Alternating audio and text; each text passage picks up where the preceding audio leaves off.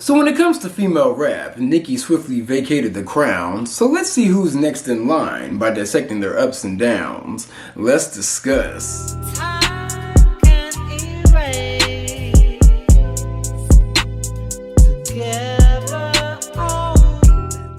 What's up, y'all? It's your boy Beasley here. I hope you all are staying cool, calm, and collected out there. Before I start this video, 2026. Okay, girl. Okay, girl. But anyways, I hope you all are doing swell out there. I am filming this at the ass end of the first week of January, and I don't know when this video is going to come out, but it was filmed during the first week of January. But I wanted to make this video because I love female rap, and I want to discuss like the hits and the misses of all of the prominent female rappers in 2025, where they're headed and how they can thrive in 2026, because for music, I just hope this year isn't a miss. Like, when it comes to rap last year, rap as a whole was on a serious decline. Like, rap music as a whole in 2025 didn't really make serious traction up until Megan Thee Stallion's Lover Girl song, or also Cardi B's I Am the Drama album.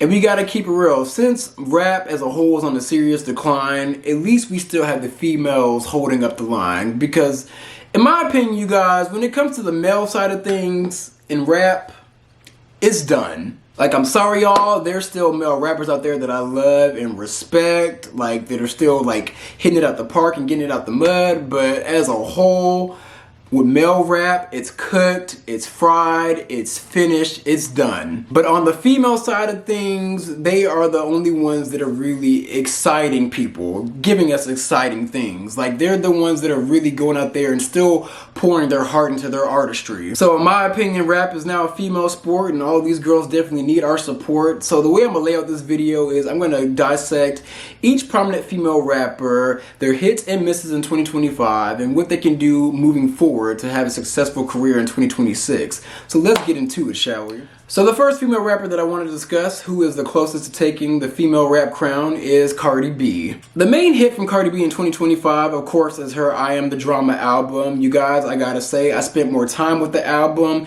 and it is one of my favorite female rap albums of all time. Now, is it just an astronomical, life-changing body of work? No, but when the bar is in hell, she will excel, and she excelled with this album. I love it. I play it from start to finish. I spend most of my time in the gym. If you guys don't know me, I work out at 4 in the morning, and it is the one album that really gets me pumped and it just motivates me, you guys. Like, I just feel it in my bloodstream. I don't know what kind of MK Ultra they put on her beats, but they are moving me. And y'all, I just love it. I love almost like 80 to 90% of the songs on the album. My favorite songs are Dead, Hello, Magnet, Safe, Pretty and Petty, Better Than You. I love Better Than You. On My Back, I love On My Back. I love to be on my back. Principle and Earth Time. Like, I love a good chunk of the songs, you guys. Like, that album just, it moves me, y'all. I love it. And one thing that I respect about Cardi B is that she was able to like shift through all of the noise and adversity, especially with the fact that there was a lot of industry pressure for this album. I've said in previous videos, there were new people that took over her label and her management, and they were not playing with her ass. I guarantee you, if this album did not deliver, they were going to drop her ass. But since this album was a hit, she got another pass. And the main reason they were not playing with her ass is because throughout her whole entire career, she did not go on tour and recoup that money that is owed to her label. But she's going on tour. Regardless of her just dropping that baby, she's about to go on tour. But another hit is the sheer fact that Coca-Cola endorsed and gave her multiple millions to invest into her tour. So I respect the fact that she was able to push through all of that BS and really just lock in and deliver a solid body of work, and also instill confidence and restore confidence in her label, and also people that are wanting to endorse her, basically like advertisers funding her. Like, she was able to like restore industry confidence within her. So I gotta give it to her. But as far as hits go, that's where the hits for Cardi B stops, because outside of that, her misses continue to rack up. She continues to bring on misses onto herself. And she's currently making a lot of misses within the first week of 2026. Her main miss is Stephon Diggs. Stephon Diggs. Now, She got with Stephon Diggs to take digs at Offset. You know, Offset was cheating on her for years and years throughout their marriage, and she wanted to take a dig and show that, like, hey, I can do better than you. I can move on and be happy, and I can upgrade to a better looking man, which Stephon Diggs is a better looking man. I wrote him off as just some homeboy from around the way, but when you look at Stephon Diggs, he's a cutie pie. I'll give him that. He is a cutie pie. But when you look at Stephon Diggs, you could tell that Negro is into some demonic shit. I'm talking like sexual deviancy, demonic shit. Now in the beginning when these two got together, I just wrote it off, thought it was a PR relationship. Cool. That's what they do in the industry, especially when it comes to these men that are up and coming in the sports arena. To get some more notoriety behind their name, they always place them with a girl that has more fame. Like the Kardashians, for example, and the Lori Harveys. Like, they always pair this man up who is not really known with a girl to boost their profile and all that. So I just thought it was a PR relationship and also a way to get back at Offset. But then you get pregnant by the man. And it's like, bitch, what? So you get pregnant by the man on accident. Actually, it probably wasn't an accident. I think you're just a fertile myrtle. But Cardi gets pregnant by this man, and then he proceeds to impregnate 3 other women that look like an enhanced Instagram version of her. So Cardi, you get with this man, rubbing it into Offset, and then this man reveals himself to be worse than Offset. If you guys don't know or live under a rock, Stephon Diggs is being sued for SA, sexual assault. He allegedly assaulted his male stylist and also his BBL chef. A BBL chef. Now when you look at that chef, you can clearly tell that she was not just cooking in the kitchen. And then on top of that, they try to suppress this story so much, but this male stylist went on to Tasha K to put him on blast with the fact that since he denied getting poked by Stephon Diggs, Diggs decided to take a dig at him and try to shoot him, allegedly. In text that you provided, come get this ass bust. Even though I was drugged, even though I was violated, I never thought that the next step would be my life being threatened. But back to the BBL chef. So Cardi, you see all this going on. You see all this going on, and you thought you were moving on from Offset, but you just revert back to being a baby mama, a miscellaneous baby mama. The only difference, just like the last time, is that you're the more famous one out of all of them. But you're back to being a baby mama, and who's to say that he hasn't impregnated more people? And there's just all this negative publicity around him being sued for SA.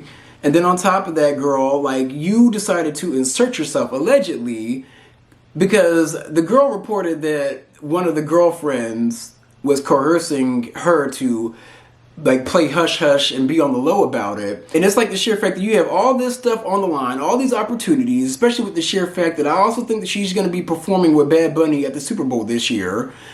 You have all of these opportunities and all this stuff on the line. Your career is a make or break. But you're involved with this man who is literally breaking your whole entire career and tarnishing your legacy again. And it's just simple fact with Cardi, girl.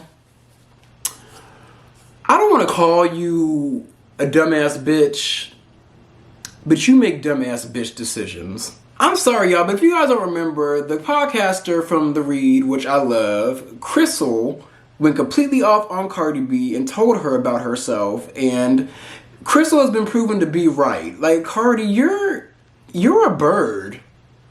You're a bird. You're a talented bird, but just like Summer Walker, you're a bird. I was expecting so much more out of Cardi B because you are not just some broke, bored bitch in the Bronx who don't have shit else to do.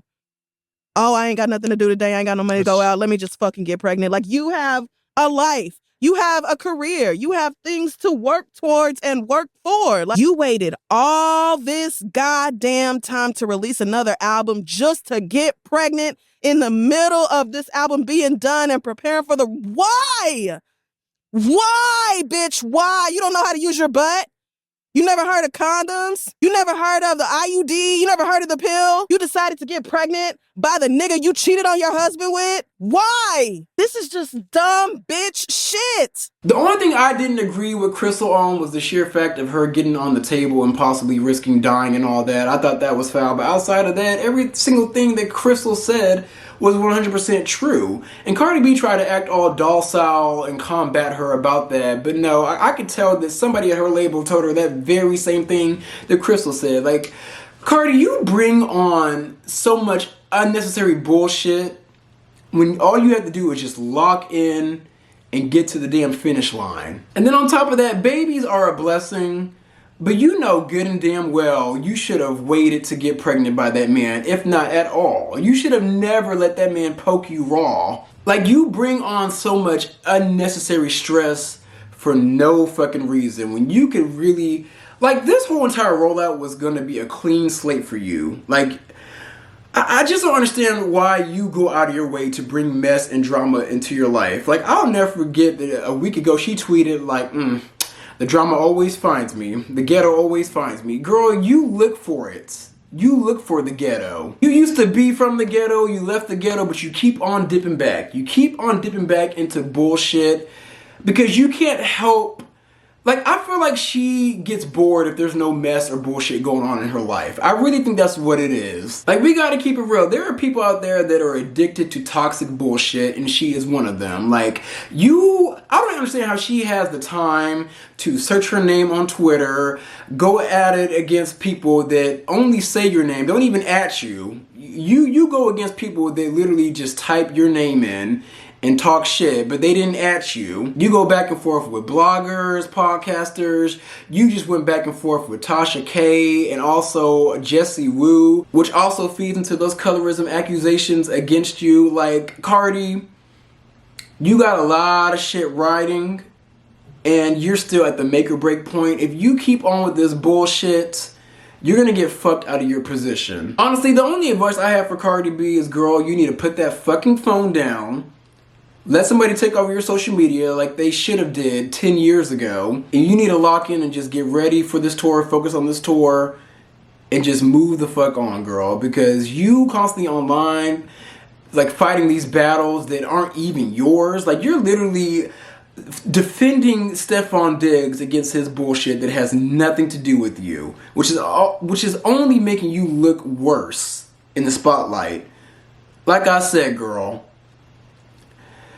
things can be so easy, but you keep reverting back to making these dumbass decisions. The next female rapper I want to discuss is Miss Megan Thee Stallion. You guys, I love Megan Thee Stallion, the hometown H-Town hottie.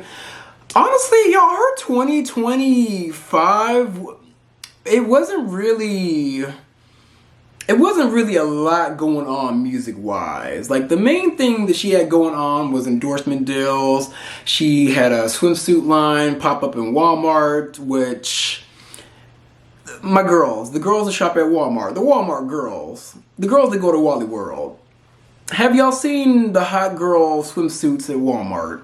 She hit the runway at Miami Swim Week. She also was at DreamCon, which she got interviewed by one of my favorite YouTubers, Story Mode Bay. Shout out to you, boo. And most of her 2025 focused on her relationship with the basketball player Klay Thompson, which I gotta say, I love those two together. I really hope they go the distance because I like them together a lot. Now, to me, the only miss that Megan made, which honestly isn't a full miss, it was both a hit and a miss because the song was a hit, but it was also a miss at the same time, was her Lover Girl song. Now, y'all, when it comes to Lover Girl, she teased that song for about like a month and some change, and everybody was excited because, you know, it sampled Total.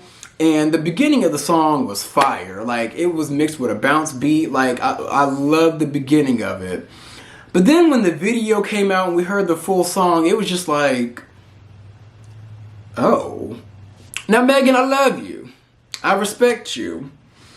If you guys don't know, I always plug this. I got a check from Megan. I was her bottle girl during her tour when they came here in 2024. So shout out to you, boo. It was fun being around you. But girl, when it comes to the Lover Girl song, It was just like, when are we going to put the pussy rap down for 1 minute? You're in this rap song rapping about this man that you love, and we love that you're in love. Like, a lot of people love their relationship.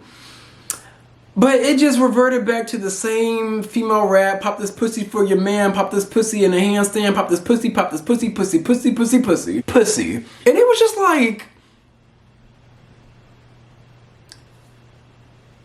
oh. And then she was like shaking ass in the thong. Beautiful ass. Big ass. Rotund ass.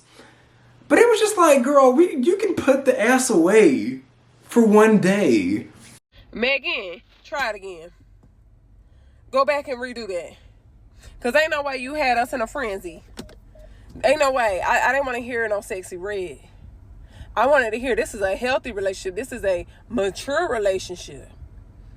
I didn't want to hear no pop that, pop that, pop that. I wanted to hear about golfing. I wanted to hear about working out. I wanted to hear about boat rides, cooking spaghetti for your man. I didn't want to hear no pop that and take no money. Let's try one more time. Let's try one more time. Or maybe do I need to listen to it again? I'm gonna try it again. But let's yeah, we hey, you in a healthy relationship, leave that to them. Hey, from what we know, this is healthy. We need healthy, okay? But yeah, the whole Lover Girl project, it left a lot to be desired. And also the other miss was her going to court against the YouTuber and blogger Milagro Grams. Now, I've actually watched Milagro Grams' content on accident. I find her to be annoying. But the main reason they went to court was because I believe she posted AI videos of Megan Thee Stallion having sex or something. Like, it was like a AI sex tape, which, you guys, AI is very dangerous. But that's a whole nother video for a whole nother day that I might do. But I just felt like the whole ordeal was stretched out for far too long. Like, I understand combating these people that talk shit and want to run their mouth but don't have the money to run their mouth. I get it, but at the same time, why waste time taking this girl to court when she didn't have the money to back it up? Now, I understand you want to teach these girls a lesson to fucking keep their mouth shut and stop talking shit, but at the end of the day, like, who wants to play in court? Girl, if I was you, I would spend all of my free time on a resort. Like, I would be on vacation and just let my lawyers take care of that shit. Like, you girls are going to the courthouse and it's now a free photo shoot. Actually, I take that back. It's not free because you have to pay all these damn legal fees. So I just feel like the whole ordeal could have been handled better, but it is what it is. For 2026, Megan, just lock in and put out more music. And you could put the pussy to the side for 1 moment so your talent can take the whole entire ride. All right, y'all, I'm back. I had to go on ahead and go to work. To the left. Take it back now, y'all. Yeah. Oh, child, I'm so corny. But I wanted to go ahead and shift the focus to Glorilla. So when it comes to 2025, in terms of the hits, when it comes to Glorilla, she is the one rapper as a whole that had a solid body of work from 2024 and carried majority of 2025. Her Glorious album was phenomenal. It came out at the right time in 2024, and it really was holding up not just female rap, but rap as a whole. Glorious album was a great album, solid body of work, 10s across the board, and it really was raising her star power, and now Glorilla is definitely an A-list rapper. The only miss that she had in 2025 was her being single white female to Megan Thee Stallion. So if you guys remember back in 2024, she was on Megan Thee Stallion's tour, and when I saw those two together, they looked like big sister, little sister. The chemistry was chemistrying. Like, they looked great together. It was like a great buddy friendship. Like, it was great seeing them two interact and commingle with each other.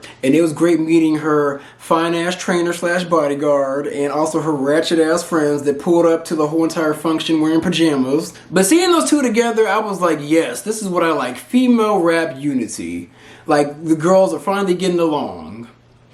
But unfortunately not for long. It's crazy because after that tour, in my opinion, them two were kind of like using each other and feeding off of each other's vibe. Like Glorilla, her wave was like really like making strides, and Megan Thee Stallion, even though she's multi-talented and super talented, she didn't have a whole lot of hits that didn't involve Glorilla. The crazy thing is, like, during that tour, it felt like they were very, like, buddy-buddy best friends, but right after that tour, Glorilla started moving a little weird. I'll never forget she shared that story playing Tory Lanez music, which was weird. And the weirdness shifted to her linking up and using a hairstylist that Megan Thee Stallion fell out with a few years ago. And then she started dressing like Megan Thee Stallion and even got a basketball playing boyfriend just like Megan Thee Stallion and started showing up to the games next to that said hairstylist just like Megan Thee Stallion would show up to Klay Thompson's games with her hairstylist. I always forget his name. Kellen, that's his name. It's kind of weird because I feel like behind the scenes Megan Thee Stallion was somewhat of a mentor to Glorilla, and she was showing her the sauce and showing her how to move and showing her how to be more feminine. And looking back on it now, it's like she took those notes from Megan Thee Stallion and started using them against Megan Thee Stallion. So I'm just like, I hate to quote Nicki Minaj, but I guess there's no friends in the game. I love Glorilla, but that was some weird bitch energy, and I can tell a lot of people started turning against her. And I hate to say it, but the people turning on her is warranted because, girl, you're moving weird. Like, you were in the good graces of everybody in, like, the court of public opinion, and now you're going against the grain and doing stuff that just looks absurd and insane. It's like, Glorilla, I love you, boo, but you were on some weird bitch energy type of shit. And I gotta say that moving forward, Glorilla, you just have to like tread lightly on the toes that you step on, because it looks weird that the people that are giving you a leg up, you are now stepping on them. Like, I even remember back when Saweetie wanted to do a remix with her, and Saweetie like paid for the video and everything and paid for the Glorilla's travel and all that. And then Glorilla ended up ditching her and ended up doing a collab with a whole nother female rapper. Like, she ended up doing that same remix with another female rapper. I wonder how Saweetie even feels about that. But overall, Glorilla, you killed it in 2024, and then you killing it in 2024 carries you through 2025.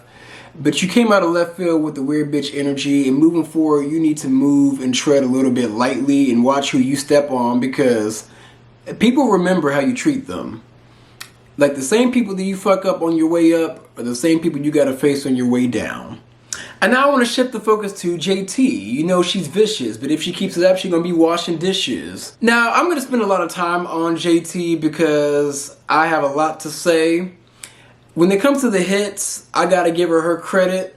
City Cinderella is one of my favorite female rap albums. I love JT Comin', I love 90s Baby, I love Uncle Al, I love OK, I love Sideways, I love majority of the songs on City Cinderella. I actually was contemplating going out to her concert that came, I think it was last year. These years are running together. Not last year, but in like 2024, she went on tour with City Cinderella, and I actually was thinking about going out to support, but at the time, there was a lot going on and I forgot about it. But one thing I love about JT is that she was able to spin off from the City Girls and was literally thriving without Carisha. And then on top of her music thriving, she was also thriving in the beauty space. Like, y'all, I work at MAC Cosmetics, and she had a very successful collab with MAC Cosmetics. They had a lip kit for her, and it was a chestnut lip liner, which is like a dark brown. Then the lipstick was Lipstick Snob, which is a light pink, a light poppin' pink, and then it was clear lip gloss. The JT kit sold out within 2 days, you guys. 2 days. That shit sold out, and we still to this day have people coming in asking for, hey, do you have the JT combo? Do you have the JT kit? I love it because it showed that the brown girls can wear really popping colors and still look good. Like, I love that. I really think if this rap game stuff doesn't work out, she will thrive in the beauty space and I think she should have a whole entire cosmetic line catered to the dark skin and the brown girls, because that shit will sell. It will sell out, and I think it would take her to the Fenty levels. JT's a good rapper, cool. But girl, I think if you pivot into beauty, that's when you're really going to unleash the treasures. But even though JT had some good hits in 2025, she had a lot of misses. The first biggest miss is her beefing with Cardi B. Now, a brief history, the City Girls were Team Cardi B. At one point, they were under the same management by QC, Quality Control Records, owned by P, Coach P. They were label mates, and they had a hit song by the name of Twerk, which that came out when JT was in jail. I mean, her verse was still on the song, but she wasn't in the music video. But just like Glorilla, that weird bitch energy. The weird bitch energy happened when she started dissing Cardi and claiming to be up under Nicki. Now, we can't deny Nicki Minaj's influence, but also her influence influenced all of the female rap vitriol and bullshit. She became Nicki's lapdog, and she proved to be one of Nicki's miscellaneous lapdogs when she was on that Freaky Girl remix. Then that spun up to her having very unnecessary beef. She had a very unnecessary beef with Glorilla, and then a very extremely unnecessary beef with Saucy Santana. And when I tell you guys, Saucy Santana decimated the fuck out of JT. When I was at your birthday party, when he came to motherfucking, when Kenya first got out of prison, at your album release parties, at Wireless, whatever festival that was. The crazy thing is that Cardi B drug her ass in that song Magnet. And the main thing that stuck out to me in Magnet is when she said that your loyalty depends on who you're around, ass bitch. That's you, girl. Like, she flip-flops between like who she's aligned with, who she's cool with, and who she's against. And my thing is with her, if she were to just really just focus and lock in on her music, she wouldn't have to feed into any of this bullshit, and she would be close to the top of the rap game. Sidebar, my women, y'all be getting distracted. Y'all get distracted a lot. Also, another sidebar, I have to give her credit for that song Ran Out. I love that song Ran Out. I don't know why that song flopped, but that was a good song. But back to things that flopped for JT. After getting drugged by Cardi B and Saucy Santana, she came out with this song called Girls Gone Wild, which literally sounded like the Powerpuff Girls. And then on top of her having a flop song, she ended up having a flop concert, mainly because the crowd was just not enthused or impressed. Boy, anyways, I want to make my official retirement from the OG community. I will not be doing no more shows for I'm done. But I had so much fun, and I cannot wait to see the legends hit the stage. Good night.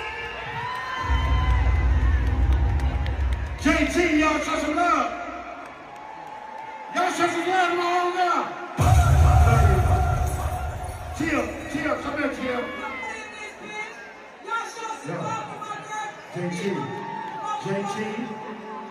JT and Lady. Y'all, her showing at that concert was so bad that she literally got on the microphone and was just like, fuck you guys, fuck all of this, fuck the rap game. I'm done. This is my very last performance. I'm gonna retire. And you could tell that when she got off that stage, she went behind the scenes and cried. But my thing with you, JT, is that, girl, you have it. You have it. You got the aesthetic down. You got the music down. You have the talent. You have it, girl. In my opinion, you're the total package, and you're really doing it for the dark-skinned girls. But, girl, I think the biggest problem with you is that fucking attitude and that shitty personality. Now, granted, I don't know this girl from a can of paint. I don't know her personally, but I am a good judge of character and energy. And, girl, you and Carisha's attitude and personality is shitty. And within the industry and the lane that you're in, you get more bees with honey. Like, you get further in life in that lane by being liked. And, girl, you're not likable at all. And the thing is, you're close to that pedestal, but you're crawling up that pedestal and shitting on everybody else when, real talk, girl, you're not on the pedestal. So overall, JT, I just think you need to go to anger management and get your shit together and get your personality and ego in check, because the way you act is gonna fuck you from having a bright future. And the last female rappers I want to talk about, I'm just gonna go ahead and lump these two together. I want to talk about Ice Spice and Big Latto. So the hits for last year, after Ice Spice took a lot of hits, especially when she got into it with Cleo Trapper and treated her like shit and was labeled a colorist, she stepped away for a while. She took some step back. She came back with a rebrand and a refreshed look, and I gotta say, homegirl looks amazing. She started dressing good, wearing these beautiful colored weaves, like she got her body done, and maybe she was in the gym to maintain that work, but she looks good. She looks great. And I gotta say, you guys, for a long time, I fell up under groupthink and I completely wrote off Ice Spice's album because everybody shitted on the album and said it was pure shit. But unpopular opinion, I like Ice Spice's album. You think you're the shit, bitch? You're not even a fart. Yo, I gotta say, overall, that album goes hard in the gym. I spend most of my time in the gym. That's where I listen to most of my music. That album goes hard in the gym. I would give the album a 7 out of 10, but I would give the beats from Stop Playing With It, Riot. The beats from him, I'll give a 10 out of 10. I like that she is like the one person keeping drill music alive. Now, there may be some other like New York artists that nobody knows about because they're just hardcore and they're underground, but Ice Spice is mainstream, and I feel like she is keeping drill music in the mainstream. Like I said, unpopular opinion, but in my opinion, Ice Spice's album is decent. And then when it comes to Latto came out with her shit album. Her album wasn't shit, but it's Sugar Honey Iced Tea. That's the acronym for shit. The album was decent. It was cool. It didn't give me that pump and that energy like Ice Spice's album did, but the album was good. I would also give it a 7 out of 10. Honestly, real talk, these two girls are literally like two different sides of the same coin in my opinion. And I gotta give them credit for putting their beef to the side because for one, it's like you two were trying to rub two fucking coins together to make $1 and it just wasn't working. Like you two beefing to generate buzz, it felt so flat. And it felt so fake. But the misses of Ice Spice and Latto came from when they actually put their beef to the side and their panties and decided to do a collab for a song and a music video called Got. G-Y-A-T, that got. And I gotta say, you guys, I actually listened to it and watched the video last week, and I gotta keep it real.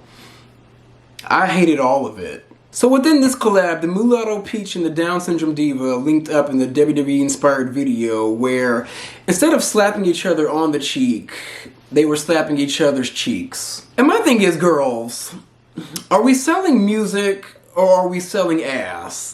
The whole collaboration was ass. And then on top of that collaboration flopping, neither one of them recovered musically in 2025. Like, the only thing that happened was Latto was on Summer Walker's album and a hit song, and another miss was Ice Spice just showing up to the SpongeBob Awards with her lips on display. And I'm just like, girl. So we're showcasing the lips to kids. And then we have Latto messing around with the Mary 21 Savage. And then on top of that, y'all, when it comes to Latto, can I just keep it real? Like, Latto on paper is the total package. You know, I feel like she's really good at rapping. She has the BBL aesthetic. She's pretty in the face, has a slim waist, got the lip filler, all that jazz. Like, Latto has the total package, but there's something about her I just have a hard time connecting to, and I don't know why.